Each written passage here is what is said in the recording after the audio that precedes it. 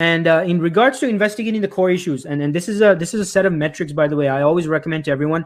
If you're taking notes, you want to write this down. There are I wrote these down here. Yeah, 4 metrics everyone needs to keep track of.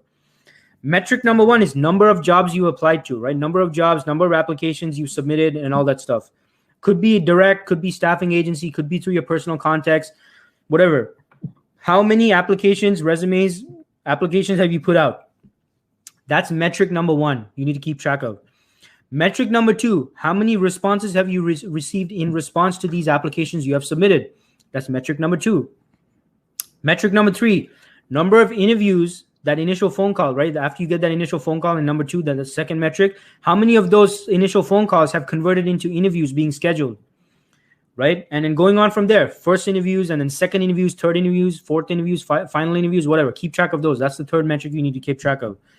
And then of all of those, interviews, and specifically the final interviews, how many have converted into offer letters? That's metric number 4.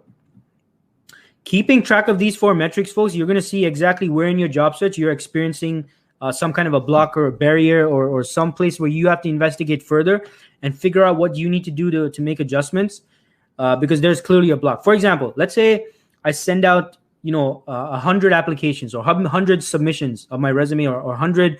I submit my role to 100 positions. It could be a mix of online applications, personal networking, staffing agencies, direct applies, networking events, whatever, right?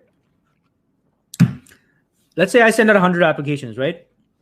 What's metric number 2? Metric number 2 is number of responses, right? Number of responses to the application. How many people have called me back and said, "Hey, Dean, we got your application. We just want to have an initial conversation." If this second metric is extremely low, the issue could be something occurring in that initial stage, whether it's the networking, the types of positions you're applying for, whatever. So there could be so many different things. So that means you need to investigate what's going on in step number 1, metric number 1. What's happening at the application stage? Because if I'm sending out 100 applications, I'm getting 0 responses, right? What does that tell you? That tells the numbers don't lie, folks. The numbers don't lie. What does that tell you? If you send 100 applications, you're getting 0 responses. There's probably an issue with your resume. That could be one. Could be an issue with the types of roles you're applying for. So you need to investigate what's happening, right? Now, let's say you submit whatever number of applications, you get the initial phone calls. Let's say you get you submit 100 applications, right? Let's say you get 20 phone calls. Pretty good response rate. You get 20 initial phone calls. 0 of those phone calls are converting into interviews.